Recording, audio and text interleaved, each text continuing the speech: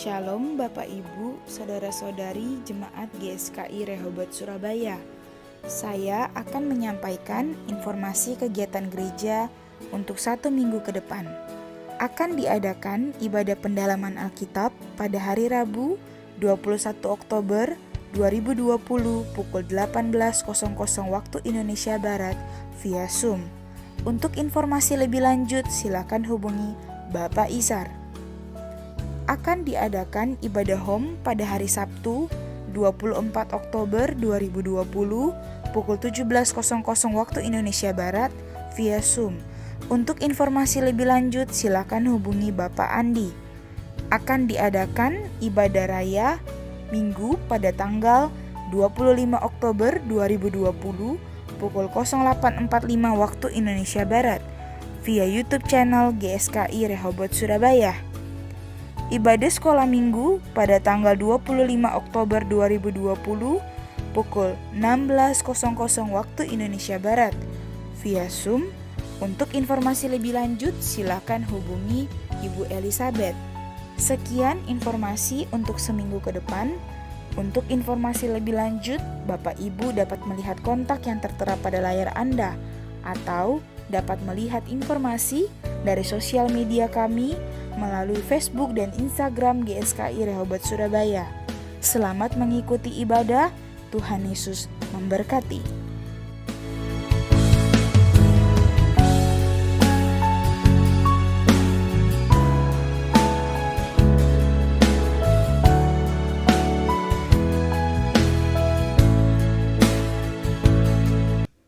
Shalom Jemaat Tuhan, hari ini kita siapkan hati kita rindu lebih lagi dalam hadirat-Nya. Dia adalah keselamatan kita, perlindungan kita, kota benteng kita.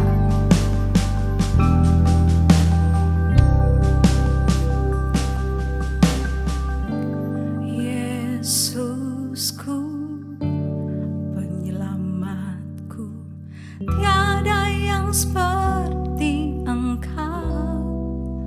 Setiap hari ku memuji keajaiban kasih-Mu. Penghibur, pelindung, menara kekuatan, biarlah semua yang bernafas tak berhenti menyembah-Mu. Nyanyi dan bersoraklah bagi Dia, pujian, hormat, kuasa bagi Raja. Gunung tunduk, laut bergelora mendengar nama-Mu. Ku bersuka atas perbuatan-Mu, selamanya ku kasihi Engkau Tuhan. Tiada janji seperti yang ada padamu. Janji-Mu begitu kuat dan ajaib bagi kami. Kau tidak pernah meninggalkan kami Tuhan. Kami mau memuji Engkau selama-lamanya. Yesusku, penyelamatku, tiada yang seperti Engkau. Setiap hari ku memuji keajaiban kasih-Mu.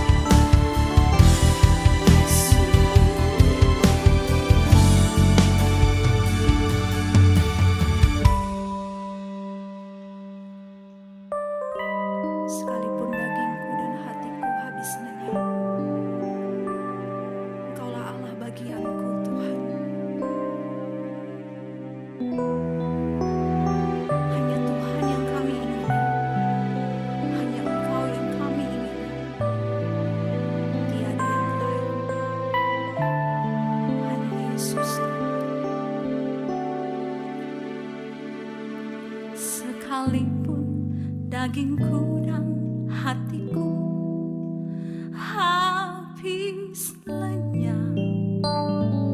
Gunung batuku dan pakaianku,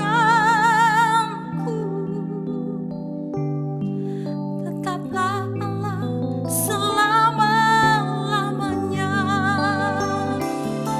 Sekalipun dagingku dan hatiku habis lenyap, gunung batuku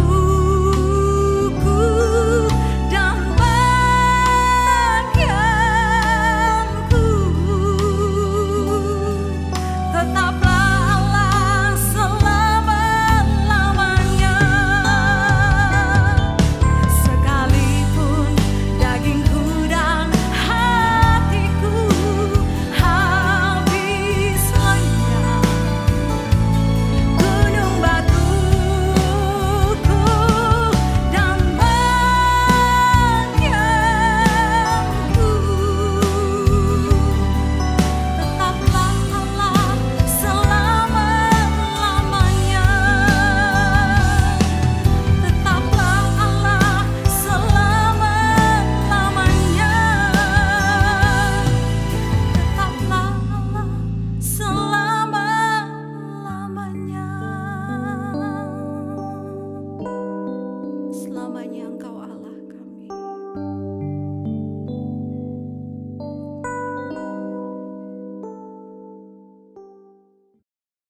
Shalom, selamat pagi Bapak Ibu yang terkasih dalam Tuhan.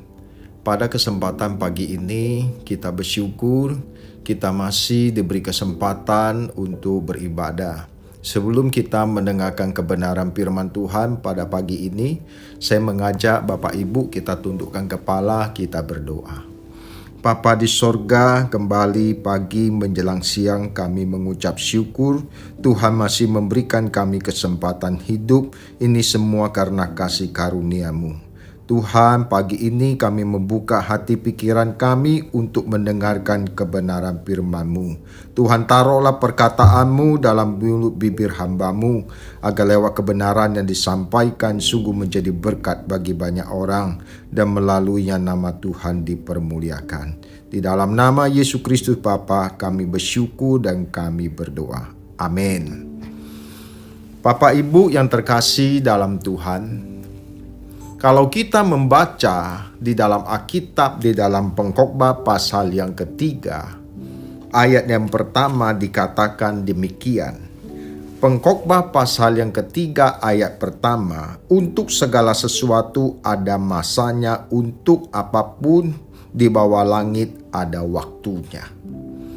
Kalau kita membaca ayat ini dari ayat pertama sampai ayat ke-8, kita akan menemukan realita bahwa manusia terikat dalam perjalanan waktu. Waktu yang sudah berlalu tidak akan kembali lagi. Waktu itu menjadi sesuatu yang sangat tidak ternilai, bahkan sangat berharga. Suka atau tidak suka, manusia yang hidup di bawah kolong langit ini, siapapun orangnya, pasti terikat dengan perjalanan waktu. Menyadari manusia sudah terikat dalam perjalanan waktu, mau tidak mau kita harus memperkarakan hal ini dengan serius mengisi hari-hari hidup kita. Sebab hari-hari manusia hidup sangat singkat. Sangat singkat. Kalau kita melihat hari pasti berganti hari, minggu terus berganti minggu, bulan dan terus berganti bulan, dan tahun berganti tahun, dan terus bergulir tanpa bisa dihentikan. Mau tidak mau, keadaan dunia ini juga mendekati akhirnya. Inilah yang dikatakan Yohanes 2 ayat yang ke-17. Bahwa dunia sedang lenyap dengan segala keinginannya, tetapi orang yang melakukan kehendak Bapa akan hidup selama-lamanya.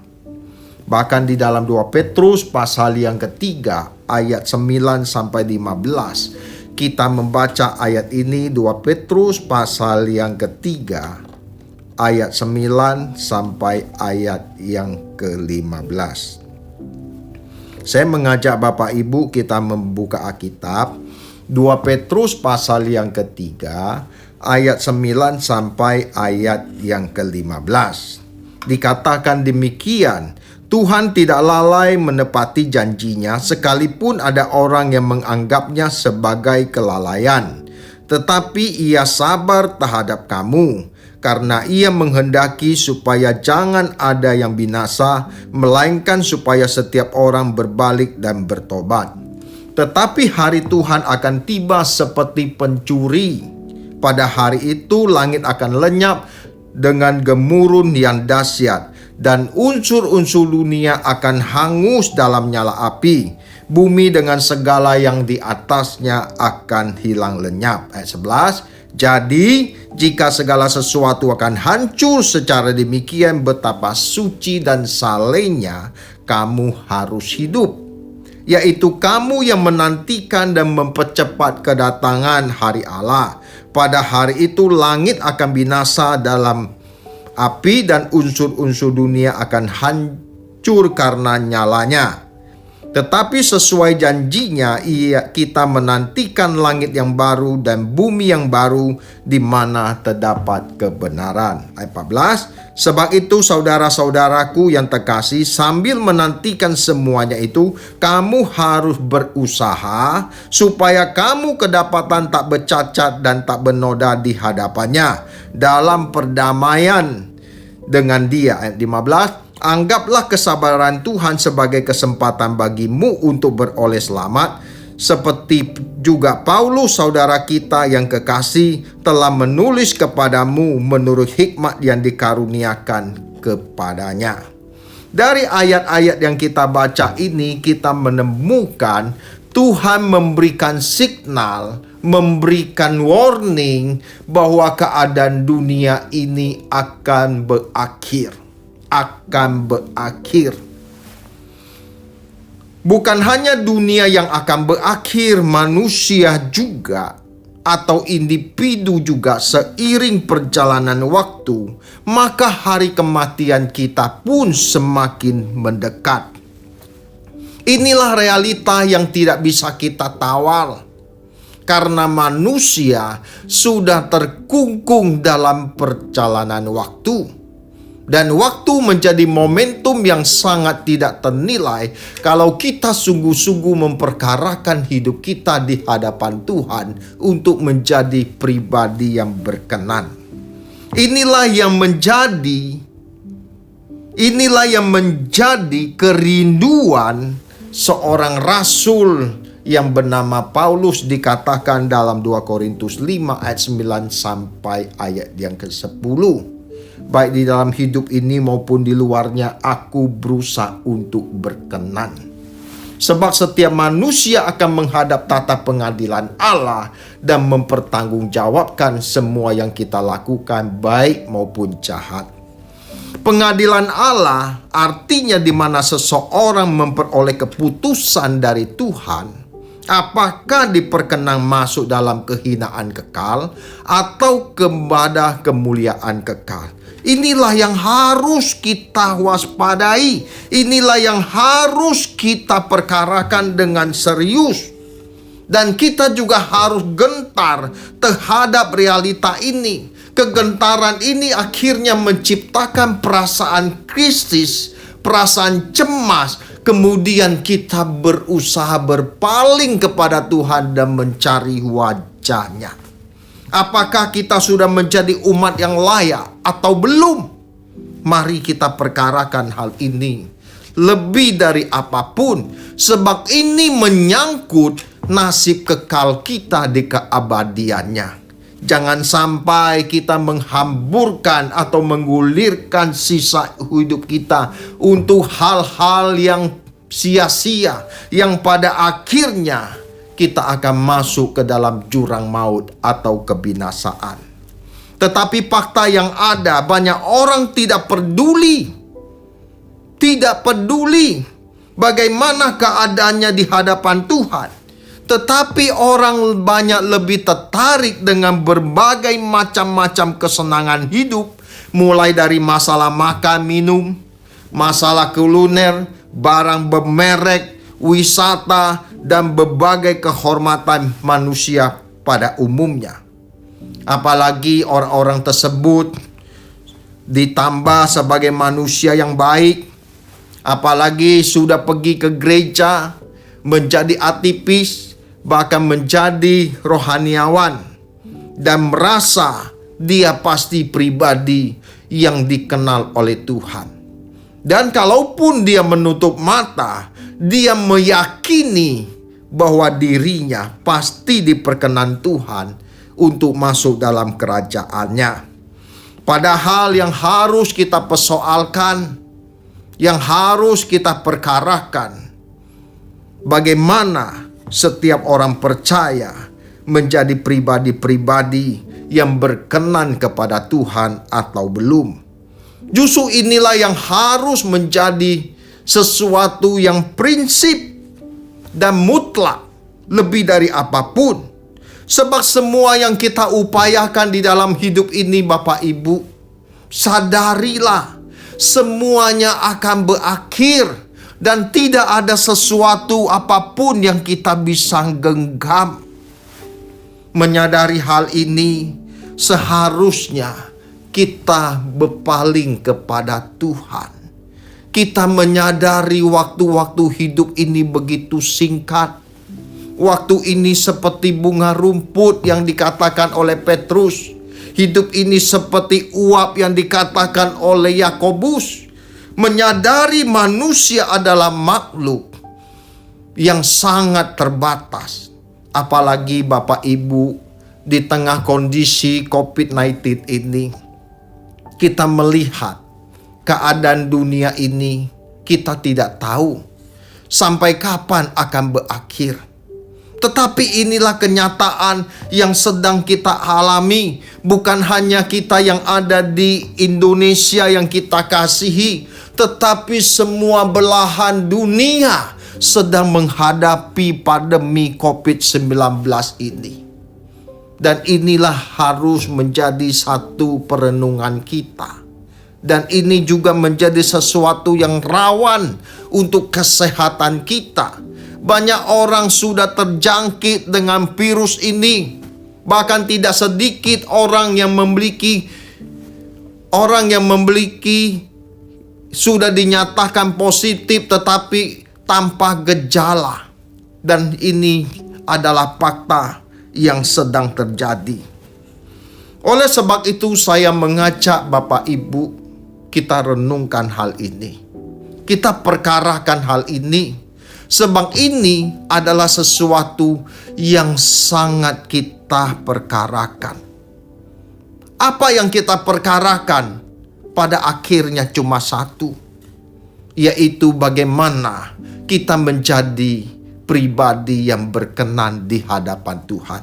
Inilah yang menjadi puncak prestasi manusia yang melebihi segala berkat, melebihi segala gelar, kedudukan dan kehormatan, bahkan apapun yang ada di dalam dunia ini. Inilah perjuangan kita sebagai orang percaya sebelum hari hidup kita ini usai. Sebelum hari hidup kita ini usai, kita mau berkenan. Inilah yang diteladankan oleh seorang rasul yang bernama Paulus, yang juga berstatus sebagai rasul Tuhan Yesus. Paulus sendiri mengatakan bahwa dirinya berusaha untuk berkenan. Berusaha dalam teks aslinya adalah pilotimometa, yang dapat diartikan dengan beberapa pengertian. Dia memiliki ambisi. Dia memiliki perjuangan yang sungguh-sungguh. Dia bekerja keras oleh cinta dan kehormatan. Inilah ambisi seorang Rasul Paulus, bagaimana dia berkenan. Dan inilah yang harus menjadi perjuangan kita juga. Inilah yang harus menjadi perjuangan kita. Lebih dari apapun pertanyaannya yang kita ajukan kepada diri kita sendiri. Perjuangan apakah yang paling giat kita lakukan dalam hidup ini? Nah, ini harus kita perkarakan. Dari pagi kita minum, dari pagi kita bangun, kita beraktivitas, melakukan segala kegiatan. Apa yang mengisi perjuangan kita?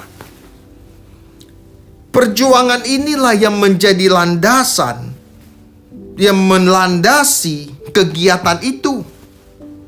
Tetapi kalau kita mau jujur Bapak Ibu, termasuk orang Kristen, banyak perjuangan itu hanya dilakukan berkaitan dengan perkara-perkara dunia. Seperti makan, minum, kawin, dan mengawinkan. Seperti yang terjadi di dalam kisah Nuh. Manusia sebelum datang air bah, manusia kawin dan mengawinkan dan seterusnya. Pada sampai air bah membinasakan mereka. Inilah yang terjadi juga pada zaman Lot. Sebelum Tuhan membinasakan Sodom dan Gomora, manusia pada waktu itu juga orientasinya bagaimana makan dan minum dan seterusnya. Sampai Tuhan mendatangkan api dan belerang menghancurkan kota Sodom dan Gomora. Inilah perjuangan yang salah yang membawa manusia kepada kebinasaan atau kesia-siaan. Pada kesempatan pagi ini saya mengajak kita mau mengisi sisa umur hidup kita dengan perjuangan bagaimana kita berkenan. Bagaimana kita berkenan.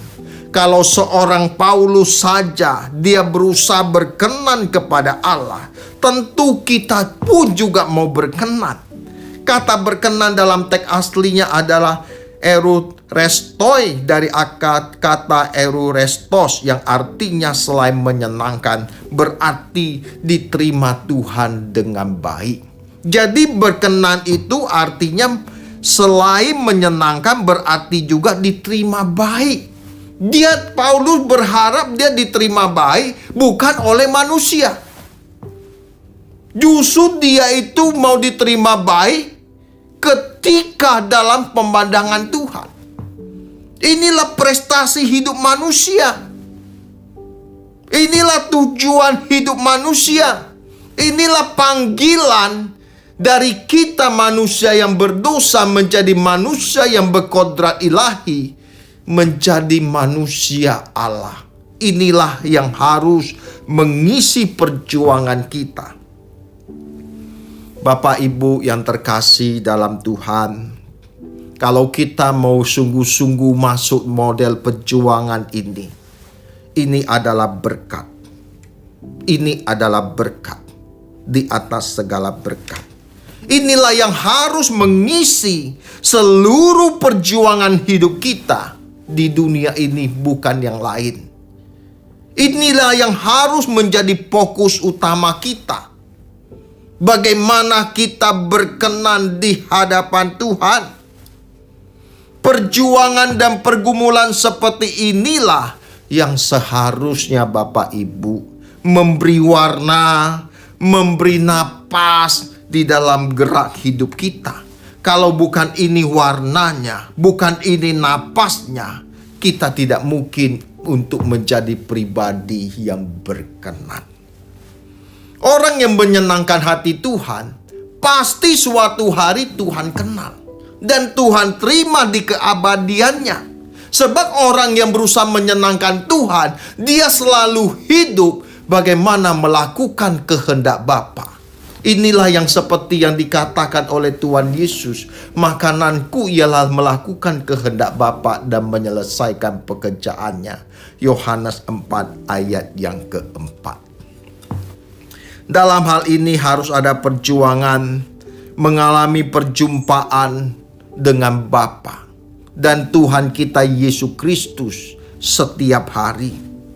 Pernyataan Paulus mengenai perjuangan dan pergumulannya tidak terlepas dari penyataannya yang dia tulis di dalam 2 Korintus 5 ayat 6 sampai ayat yang ke-8. Maka karena itu hati kami senantiasa tabah, meskipun kami sadar bahwa selama kami mendiami tubuh ini, kami masih jauh dari Tuhan.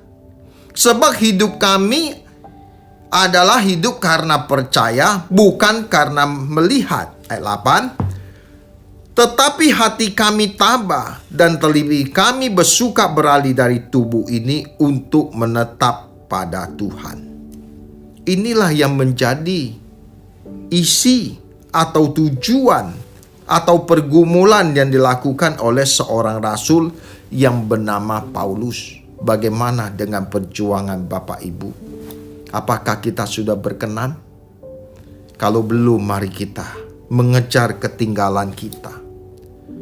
Kita mengejar ketinggalan kita. Kita mengisi hidup kita yang singkat ini dan kita perkarakan diri kita. Dan ketika Tuhan datang kembali, Dia bisa berkata, inilah anak yang kukasih, kepadanya aku berkenan. Usaha Paulus untuk berkenan dan diterima oleh Tuhan dilandasi oleh kerinduannya untuk bertemu dengan Tuhan dan tinggal bersama Tuhan. Inilah kerinduan yang tidak banyak dimiliki oleh banyak orang, bahkan sangat sedikit.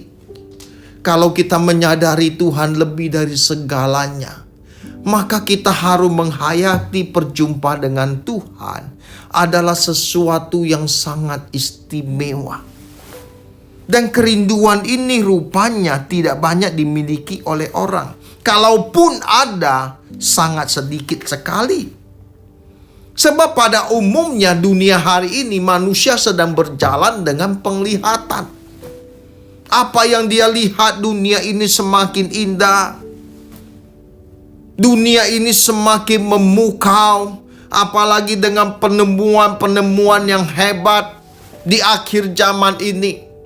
Tetapi kondisi ini menyadarkan kita dengan apapun yang kita miliki hari ini, kita tidak lagi bisa menikmati dunia sebelum pada COVID-19 beberapa bulan yang lalu ini. Kita banyak duit, tidak bisa jalan-jalan ke wisata. Tidak bisa kita kumpul rame-rame. Bahkan sekarang ini Bapak Ibu, kasihan saya melihat pengantin-pengantin yang sekarang sudah merencanakan pernikahan dan seterusnya. Tetapi sekarang karena PSBB, akhirnya dibatasi, yang boleh hadir itu pun keluarga inti dan beberapa orang saja. Dia punya uang miliaran bahkan triliunan pun, pesta yang meriah atau yang megah, yang mewah tidak bisa dilangsungkan di hotel berbintang 5 dengan tamu undangan yang begitu hebat, dengan pejabat tinggi, bahkan rekan-rekan bisnis dan seterusnya. Semuanya ini tidak memungkinkan. Seharusnya hal inilah yang kita sadari. Kita sedang diambang kehancuran. Dunia ini sedang menuju pada akhirnya. Menuju pada akhir perjalanannya. Sebelum sejarah dunia ini diakhiri dengan ditandai Tuhan Yesus datang kembali bersama malaikatnya, kita harus sudah bekerja keras bagaimana kita mengubah kodrat kita. Dari manusia yang berdosa menjadi manusia Allah, yang pada akhirnya kita didapati Tuhan menjadi pribadi yang berkenan. Seharusnya perjalanan orang percaya itu bukan karena melihat, tetapi karena iman. Tuhan menjanjikan satu kerajaan. Kerajaan yang akan datang. Kerajaan yang akan datang. Langit baru dan bumi yang baru, Yerusalem baru. Inilah yang harus menjadi tujuan hidup kita satu-satunya. Dan Paulus sadar dengan penyataan suratnya Sekalipun hati kami tidak tawar, sekalipun manusia lahirianya semakin hari semakin merosot, tetapi manusia batinianya harus dibaharui dari hari ke hari. Kita tidak bisa pungkiri, dulu saya merasa saya masih muda, tetapi seiring perjalanan waktu, saya makin tua. Tidak bisa kita pungkiri. Perasaan kemarin saya masih suka main petak ngumpet, main kelereng, berenang, mancing ikan, dan seterusnya. Sekarang Bapak Ibu, hal-hal itu sudah jarang kita lakukan. Kita sudah punya kesibukan yang lain, sudah punya keluarga, anak-anak, dan berbagai kesibukan lainnya. Oleh sebab itu kita menyadari inilah kenyataan. Manusia sudah terikat dalam perjalanan waktu. Dan waktu yang sudah berlalu tidak akan kembali. Kita tidak bisa mengulang perjalanan sebelumnya. Kita cuma bisa berkata seandainya pada waktu itu aku mengerti hal ini, aku tidak mau melakukan sesuatu yang keliru, yang salah, apalagi jahat. Tetapi Bapak Ibu, kalau kita mendengar firman Tuhan hari ini, kita disadarkan masih ada kesempatan. Masih ada kesempatan yang Tuhan berikan. Jangan sia-siakan kesempatan itu. Sebab kesempatan ini kesempatan yang tidak ternilai dan sangat berharga.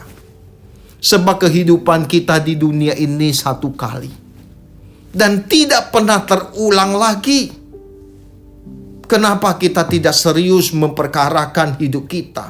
Bukan sejak di bumi ini untuk hanya kepada perkara-perkara yang panah, tetapi kita orientasikan kepada perkara abadi.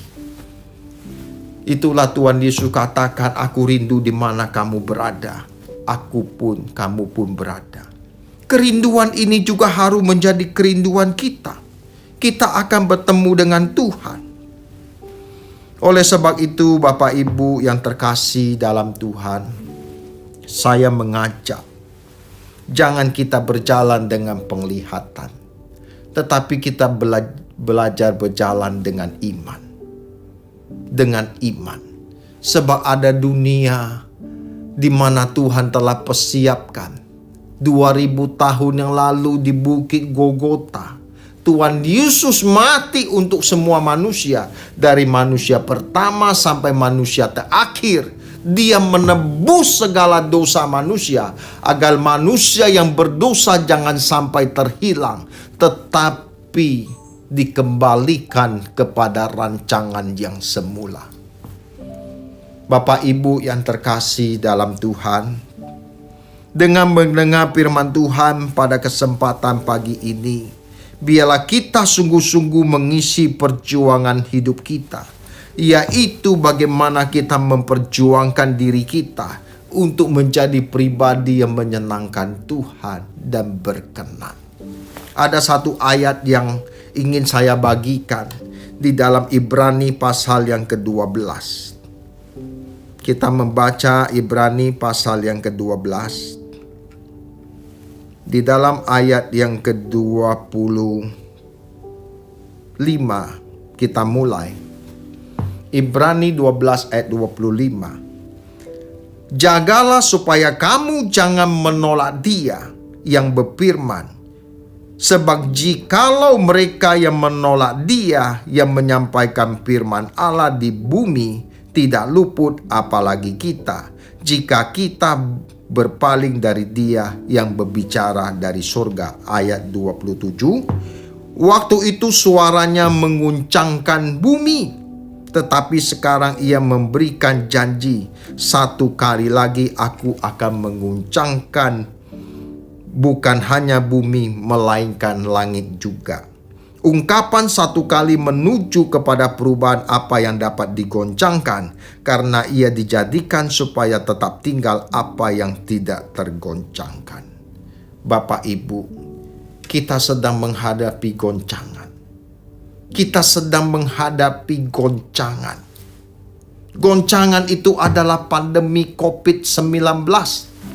Ini merupakan goncangan yang bukan hanya menggentarkan satu negara, dua negara, tetapi semua belahan dunia tergoncang.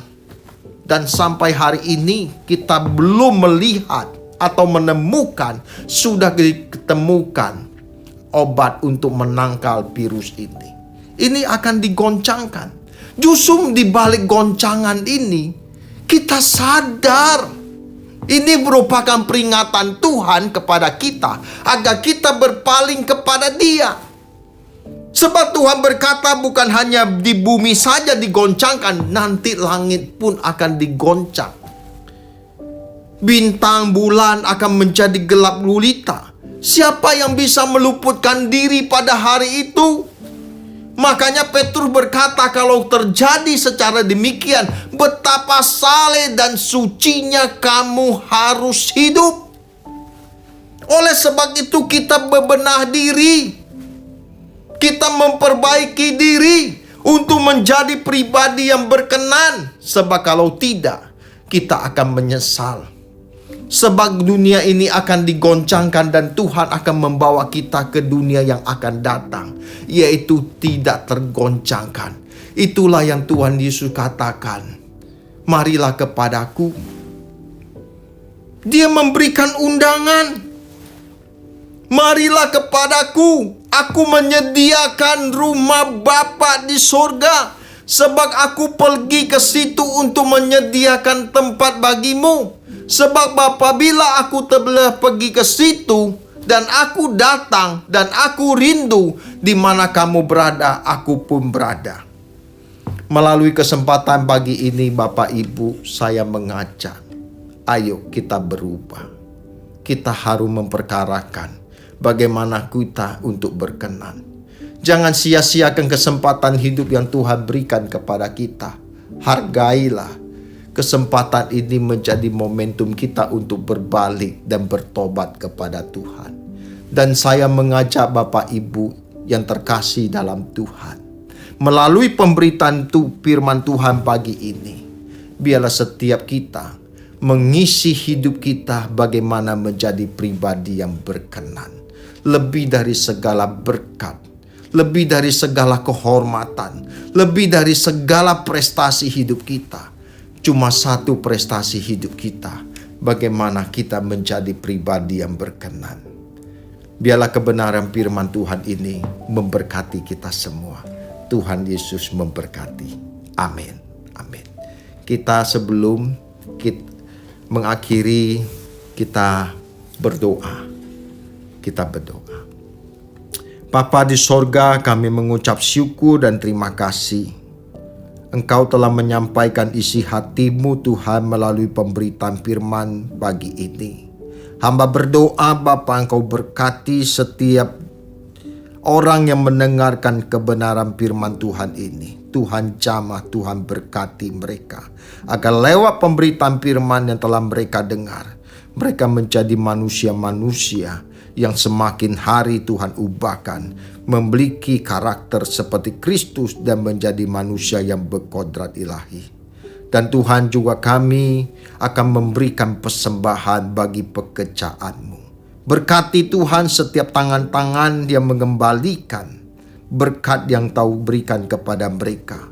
Tuhan berkati keluarga, usaha pekerjaan, apapun yang mereka upayakan, Tuhan sertai. Kami berdoa Tuhan untuk gereja-Mu, Tuhan berkati.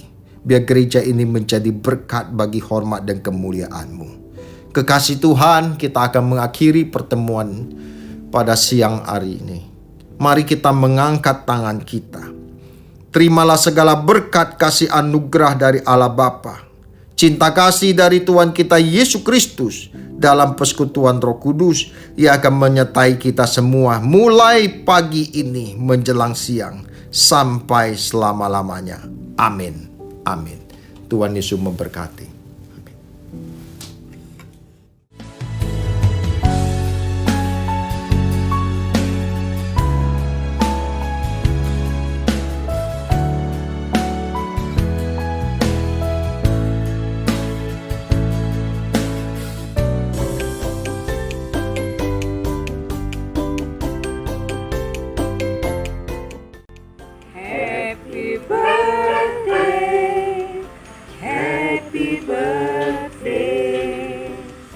Happy birthday, GSKI Rehoboth Surabaya.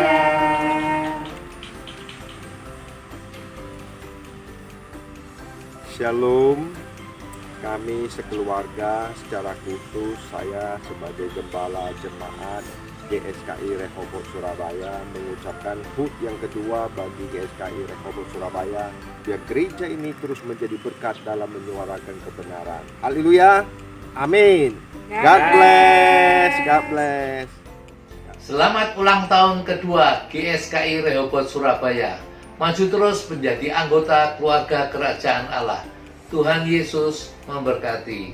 Happy birthday GSKI Surabaya.